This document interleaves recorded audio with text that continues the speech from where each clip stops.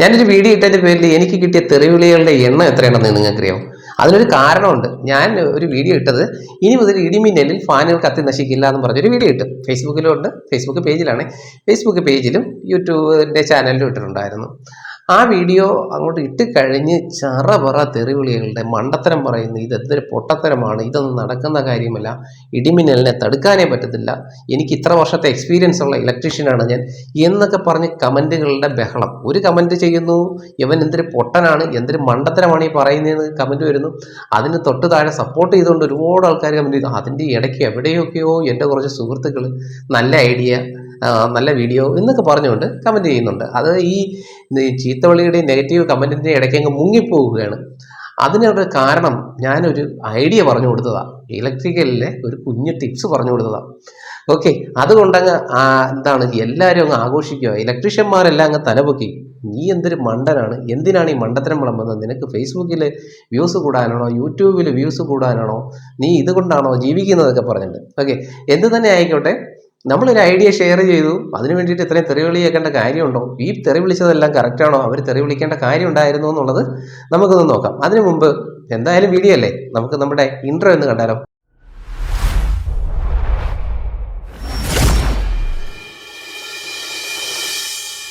Hi, നമസ്കാരം. ഞാൻ Biju Arjun, BS electrical സൊല്യൂഷൻസിന്റെ പുതിയൊരു വീഡിയോയിലേക്ക് സ്വാഗതം. നമുക്ക് ഇടിമിന്നലിൽ ഫാനുകൾ കത്തിക്കുന്ന നശിപ്പ് പോകാതിരിക്കാൻ വേണ്ടിയിട്ട് ഞാനൊരു ഐഡിയ പറഞ്ഞു. ഓക്കെ, ആ ഐഡിയ ഇങ്ങനെയായിരുന്നു. അതായത് ഞാനൊരു VLDC ഫാൻ ഫിറ്റ് ചെയ്തു. ഞാൻ എൻ്റെ വീട്ടിൽ തന്നെയാണ് ചെയ്തത്. അപ്പോൾ മറ്റാരും സപ്പോർട്ടിനൊന്നും ഇല്ലാതെ ഞാൻ തന്നെ വീഡിയോ എടുക്കുന്നു, ഞാൻ തന്നെ ഫാൻ ഫിറ്റ് ചെയ്യുന്നു, ഇങ്ങനെ പോവുകയാണ്. രാത്രിയാണ്. അപ്പോൾ ഞാൻ വിചാരിച്ചു ഇതിനകത്ത് 1-2 ടിപ്സുകൾ കൂടി ഉൾപ്പെടുത്തി കഴിഞ്ഞാൽ എനിക്ക് ആ ഫാൻ വലിയ കംപ്ലൈൻറ്റ് ഇല്ലാതെ നിലനിർത്താൻ പറ്റും. അതായത് ഇടിമിന്നലിൽ നിന്ന് കത്തിപ്പോകാതിരിക്കാനും, പിന്നെ അഥവാ ഒരു ഹൈ വോൾട്ടേജ് വന്നാൽ, ഒരു ഓവർ വോൾട്ടേജ് വന്നു കഴിഞ്ഞാൽ ഒക്കെ ഫാൻ രക്ഷിക്കാൻ വേണ്ടിയിട്ട് നമ്മുടേതായ കുറച്ച് ഐഡിയാസ് ഉണ്ട്. അപ്പോൾ അത് മറ്റുള്ളവർക്കൊന്ന് ഷെയർ ചെയ്ത് കൊടുക്കാം. ഞാൻ കൂടുതലും വീഡിയോസ് ചെയ്യുന്നത് ഇലക്ട്രീഷ്യന്മാർക്ക് വേണ്ടിയിട്ടല്ല. ഓക്കെ, നമ്മൾ ഈ വൈദ്യുതിയായിട്ട് ഉപയോഗിക്കുന്ന സാധാരണക്കാരായിട്ട് ഒരുപാട് ആൾക്കാരുണ്ട്. അപ്പോൾ അവർക്ക് ചെറിയ ചെറിയ ടിപ്സൊക്കെ വളരെ പ്രയോജനകരമായിരിക്കും. ഇലക്ട്രീഷ്യന്മാർക്ക് ഒന്നും ആവില്ല, നമുക്കറിയാമല്ലോ. ഇതിലെ കടലേക്ക് കൊണ്ടുവന്ന് ഉപ്പ് കലക്കാൻ നിൽക്കുന്ന ഒരവസ്ഥയാണ്. എന്തിനാണ് ഞാൻ അങ്ങനെ ചെയ്യുന്നത്? ഞാൻ അങ്ങനെ ചെയ്യാറുമില്ല. ഓക്കെ, എന്നിട്ട് പോലും ഇവർ ഇതിൽ നിന്ന് കുറ്റം കണ്ടുപിടിച്ച് പറയുകയാണ്. അപ്പോൾ ഈ കുറ്റപ്പെടുത്തിയ ഒരുപാട് ആൾക്കാർ മോശമായിട്ടുള്ള കമൻറ്റുകൾ ചെയ്തു. എന്തായാലും തെറി വിളിച്ചിട്ടില്ല കേട്ടോ, ഭാഗ്യം. അവരവരുടെ എക്സ്പീരിയൻസ് വെച്ചിട്ടാണ് പറയുന്നത്. എനിക്ക് ഇത്ര വർഷത്തെ എക്സ്പീരിയൻസ് ഉണ്ട്, നിങ്ങൾ പറയുന്നത് മണ്ടത്തരമാണ്, നിങ്ങൾ പറയുന്നത് ഒരിക്കലും വർക്കൗട്ട് ആകില്ല എന്നൊക്കെയാണ് പറയുന്നത്. ഞാനിത് പറഞ്ഞിരിക്കുന്ന 2 കാര്യങ്ങളാണ്. ഒന്ന്, നമുക്ക് ഇടിമിന്നലിൽ നിന്ന് ഫാനിനെ രക്ഷിക്കാം. രണ്ടാമത്തെ കാര്യം, ഉയർന്നു വരുന്ന വോൾട്ടേജ്, അതായത് ലൈൻ വോൾട്ടേജ് കൂടി വന്നാലും നമുക്ക് ഫാനിനെ രക്ഷിക്കാം. ഈ 2 ടിപ്സാണ് ഞാൻ പറഞ്ഞിരിക്കുന്നത്. അതിന് വേണ്ടിയിട്ട് ഞാൻ ചെയ്തിരിക്കുന്ന ഒരു കാര്യം എന്ന് വെച്ചാൽ, ഇപ്പോൾ എല്ലാവർക്കും പ്രത്യേകിച്ച് കാണാം. ഞാൻ ആദ്യം വോൾട്ടേജിൻ്റെ കാര്യം പറയാം. ഇടിമിന്നൽ അവിടെ ആയിക്കട്ടെ. ഇപ്പം ഈ ലൈൻ വോൾട്ടേജ് കൂടി വരുന്നത് എങ്ങനെയാണെന്നറിയാമോ? ഇത് ഞാൻ സാധാരണക്കാർക്ക് വേണ്ടിയിട്ടാണ് പറയുന്നത്, ഇലക്ട്രീഷ്യന്മാർക്കല്ല. അവർ കാണുന്നെങ്കിൽ ഇത് വ്യക്തമായിട്ട് കണ്ടതിന് ശേഷം മാത്രം തെറി വിളിക്കുക. തെറി വിളിക്കരുത്, തെറി വിളിച്ചാൽ അത് വേറെ അവസ്ഥയിലെത്ത് പോകും. ഓക്കെ, നിങ്ങൾ കമൻറ്റ് പറയാം, ഇത് ശരിയല്ലെങ്കിൽ ശരിയല്ലെന്ന് പറയാം. പിന്നെ നല്ല ഐഡിയാസ് നിങ്ങളുടെ കയ്യിലുണ്ടെങ്കിൽ അത് ഷെയർ ചെയ്യാം. ഇപ്പോൾ ലൈൻ വോൾട്ടേജ് കൂടുക എന്ന് പറഞ്ഞു കഴിഞ്ഞാൽ ട്രാൻസ്ഫോമറിൽ ഉണ്ടാകുന്ന കംപ്ലൈൻറ്റ് കൊണ്ടോ മറ്റെന്തെങ്കിലും തകരാറ് മൂലം വൈദ്യുതി കൂടി വരിക, അതായത് വോൾട്ടേജ് കൂടി വരിക. അത് ചിലപ്പോൾ ഫ്ലോട്ടിംഗ് ന്യൂട്രലോ മറ്റൊക്കെ ആയിരിക്കും. ന്യൂട്രൽ കട്ടാവുകയോ അങ്ങനെയൊക്കെ ചെയ്യുമ്പോഴാണ് ഈ ഒരു വോൾട്ടേജ് കൂടി വരുന്നത്. 250, 300, 350 ഒക്കെ കയറി വന്നിട്ടാണ് നമ്മുടെ ഉപകരണങ്ങളൊക്കെ ഏറെക്കുറെയൊക്കെ നശിച്ചു പോകുന്നത്.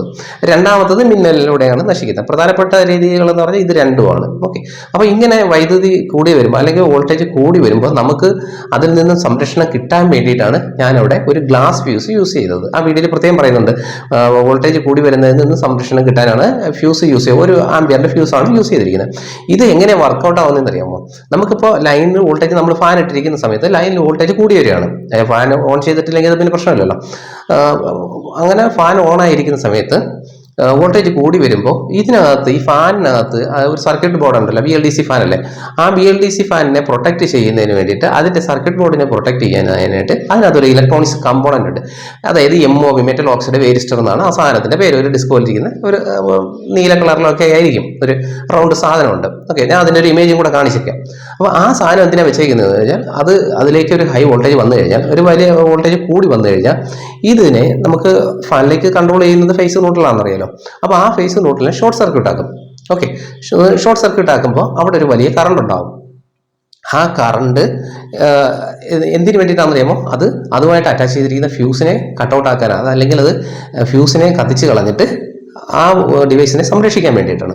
ഇവിടെ നമുക്ക് പ്രത്യേകിച്ച് ഫ്യൂസ് ഇല്ലാത്തതുകൊണ്ട് സാധാരണ നമ്മുടെ വീടുകളിലേക്ക് MCB ബ്രേക്കറിനകത്ത് വെച്ചിരിക്കുന്ന അല്ലെങ്കിൽ ഡിസ്ട്രിബ്യൂഷൻ ബോക്സിനകത്ത് വെച്ചിരിക്കുന്ന MCB അവിടെ കട്ടാവണം, അല്ലെങ്കിൽ പണ്ടത്തെയൊക്കെ രീതിയാണെങ്കിൽ ഫ്യൂസ് കത്തിപ്പോകണം.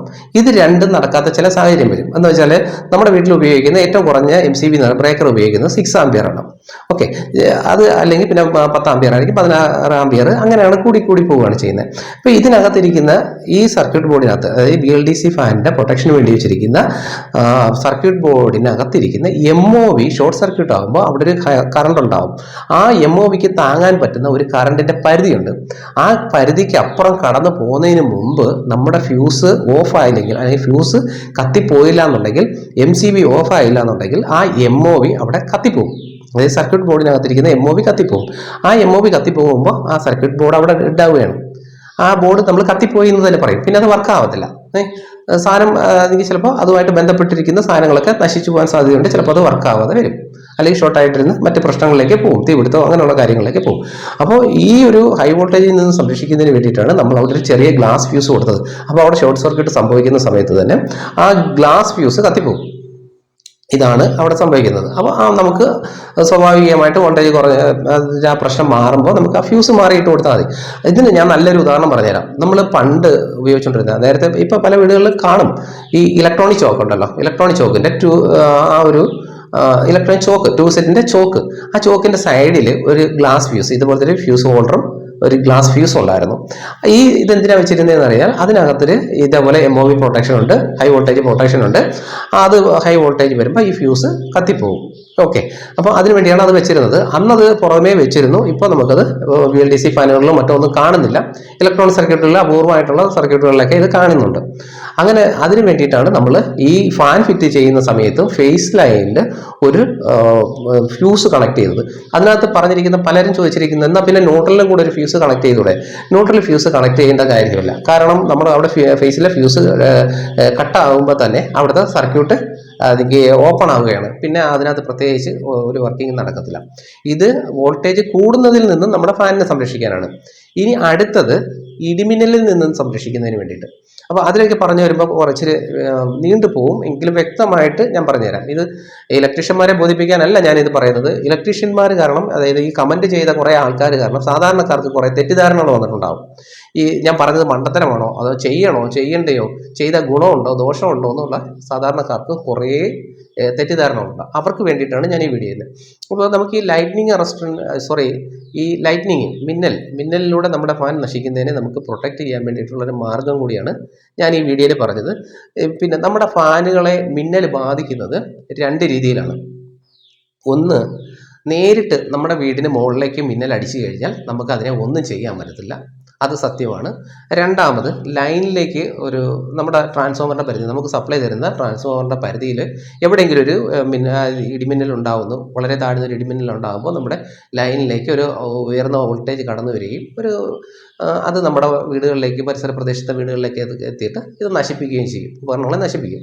അപ്പോൾ ഇതിനെ രണ്ടിനെയും നമുക്ക് തടയാൻ പറ്റുമോ എന്ന് ചോദിച്ചാൽ തടയാൻ പറ്റും. അതിന് വേണ്ടിയിട്ടാണ് നമ്മൾ വീടിന് നേരെ, അല്ലെങ്കിൽ വീടിൻ്റെ തൊട്ടടുത്ത്, അല്ലെങ്കിൽ വീടിന് മുകളിലൊക്കെ മിന്നലടിക്കുന്നത്, ലൈറ്റ്നിങ് അടിക്കുന്നത് ഒഴിവാക്കാൻ വേണ്ടിയിട്ടാണ് നമ്മൾ ലൈറ്റ്നിങ് അറസ്റ്റർ അല്ലെങ്കിൽ മിന്നരക്ഷാ ശാലകം എന്ന് പറയുന്ന ഒരു സാധനം വീടിന് മുകളിൽ വെക്കുന്നത്.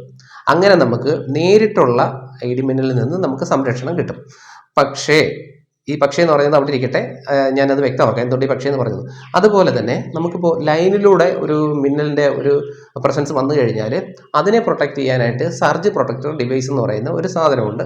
അത് നമ്മുടെ എനർജി മീറ്ററിൻ്റെ സ്ഥാനത്ത്, എനർജി മീറ്റർ കഴിഞ്ഞ ഉടനെ അത് സ്ഥാപിക്കുകയാണെങ്കിൽ നമുക്ക് സർജ് പ്രൊട്ടക്ടർ SPD അത് സ്ഥാപിച്ചു കഴിഞ്ഞാൽ നമുക്ക് ലൈനിലൂടെ വരുന്ന ഒരു ഇടിമിന്നലിൻ്റെ ആ ഒരു പ്രഹരത്തെ നമുക്ക് ഒഴിവാക്കാൻ കഴിയും. ഇങ്ങനെ 2 രീതിയിൽ ഇതിൽ നിന്ന് സംരക്ഷണം കിട്ടും. പക്ഷേ നമ്മൾ ഇത് രണ്ടും ചെയ്യുന്ന കാര്യമല്ല ഞാനിവിടെ പറഞ്ഞത്. സാധാരണക്കാർക്ക് ഇത് രണ്ടും ചെയ്യാനും ബുദ്ധിമുട്ടെന്നല്ല, നല്ല സാമ്പത്തിക ബാധ്യത വരുന്ന കാര്യമാണ്.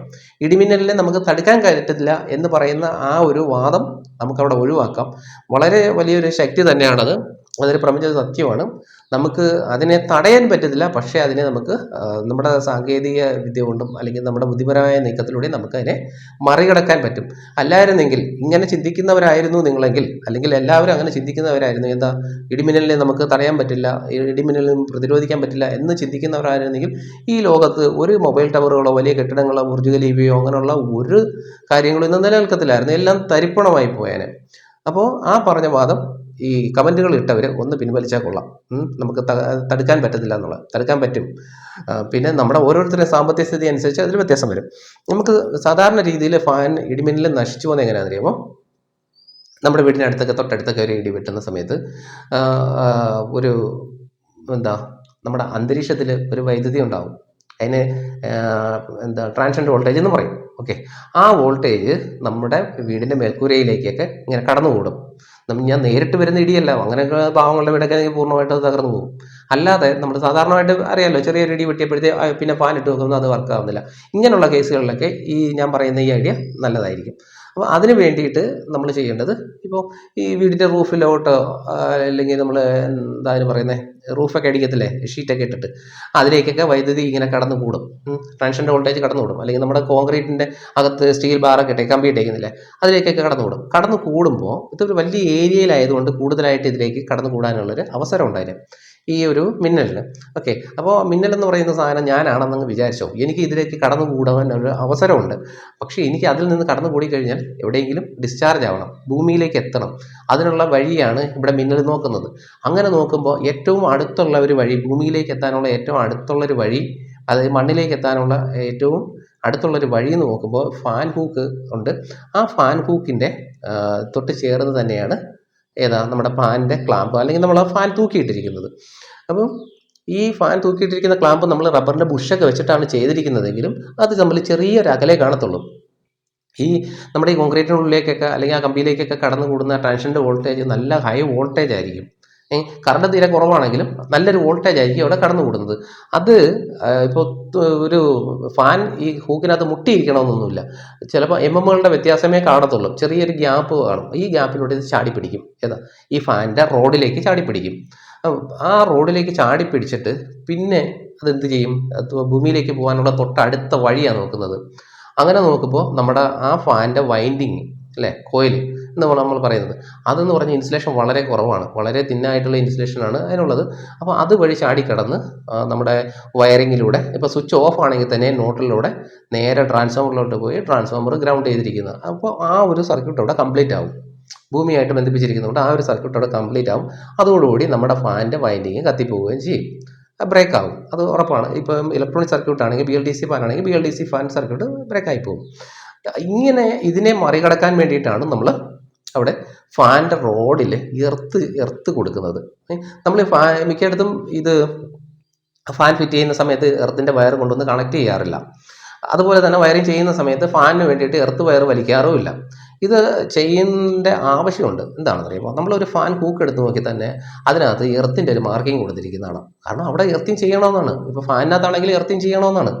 അത് എർത്തിങ് ചെയ്യാത്തത് കൊണ്ടാണ് നമുക്കൊരു മിന്നലടിച്ച് ഒരു ട്രാൻസിയന്റ് വോൾട്ടേജ് നമ്മുടെ അന്തരീക്ഷത്തിൽ ഉണ്ടാകുമ്പോൾ അത് നമ്മുടെ ഫാനിലേക്ക് ചാടി കയറുകയും അത് ഫാനിനെയും കത്തിച്ചുകൊണ്ട് ഇറങ്ങിപ്പോകുന്നത്. അപ്പോൾ നമ്മൾ എന്ത് ചെയ്യും, ആ ഫാനിൻ്റെ റോഡിനെ എർത്ത് ചെയ്ത് കൊടുത്താൽ മതി. അപ്പോൾ ഈ ഹൂക്കിൽ നിന്ന് ഇതിലേക്ക് ചാടി പിടിച്ചാലും നേരെ അവിടെ അങ്ങ് ഡിസ്ചാർജ് ആവും.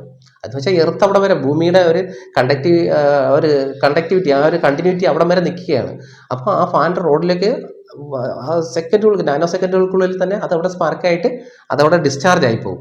ഇതിന് വേണ്ടിയിട്ടാണ് നമ്മൾ അവിടെ എർത്ത് കൊണ്ടുവന്ന് കണക്ട് ചെയ്യുന്നത്. ഓക്കെ, അപ്പോൾ ഈ രണ്ട് രീതിയിലും അവിടെ പ്രൊട്ടക്ഷൻ കിട്ടും. ഒന്ന് ഹൈ വോൾട്ടേജിൽ നിന്ന് പ്രൊട്ടക്ഷൻ കിട്ടും, രണ്ടാമത് ലൈറ്റ്നിങ്ങിലൂടെ ഉണ്ടാകുന്ന ട്രാൻസിയന്റ് വോൾട്ടേജ് മൂലം ഉണ്ടാകുന്ന ആ ഒരു സ്പൈക്ക്, അതും അവിടെ ഡിസ്ചാർജ് ആയി പോകും. ഇത് രണ്ടും സമ്മതിക്കാൻ ഈ കമൻ്റ് ഇട്ടിരിക്കുന്ന ഇലക്ട്രീഷ്യന്മാർക്ക് സമ്മതമാണോ എന്ന് മാത്രം നമുക്ക് അറിഞ്ഞാൽ മതി. കാരണം ഇത് മനസ്സമ്മതം ചോദിക്കുകയല്ല. കാരണം നിങ്ങളുടെ സമ്മതം മേടിച്ചുകൊണ്ട് എനിക്കൊന്നും ചെയ്യേണ്ട, എനിക്ക് സത്യസന്ധമായിട്ട് ജോലി ചെയ്യാൻ അറിയാം. അതുപോലെ എൻ്റെ ഐഡിയകൾ ഷെയർ ചെയ്യുന്നത് ഞാൻ സാധാരണക്കാർക്ക് വേണ്ടിയിട്ടാണ്. പിന്നെ ഈ കമൻ്റ് ഇട്ട ആൾക്കാർ ഒരാൾ പോലും ഇത് ശരിയാണ് എന്ന് പറഞ്ഞ് കമൻ്റ് ഇട്ടില്ല. കാരണം നിങ്ങളെയൊക്കെ നിലവാരം എന്താണ്, ഓരോ ഇലക്ട്രീഷ്യൻ്റെ നിലവാരം ഈ കമൻറ്റിൽ നിന്ന് നമുക്ക് മനസ്സിലാക്കാൻ പറ്റും. എനിക്ക് നിങ്ങളെ ബോധിപ്പിക്കുകയോ നിങ്ങളെ പഠിപ്പിക്കുകയോ വേണ്ട, നിങ്ങൾ അംഗീകരിക്കുകയും വേണ്ട, ഞാൻ പറയുന്ന കാര്യങ്ങൾ അംഗീകരിക്കുകയും വേണ്ട. പക്ഷേ നിങ്ങളിലൂടെ കുറച്ച് ആൾക്കാരിലേക്ക് ഈ ഒരു ഗുണം ഉണ്ടാകുമെന്ന് പ്രതീക്ഷിച്ചിട്ടാണ് ഞാൻ ചെയ്തത്.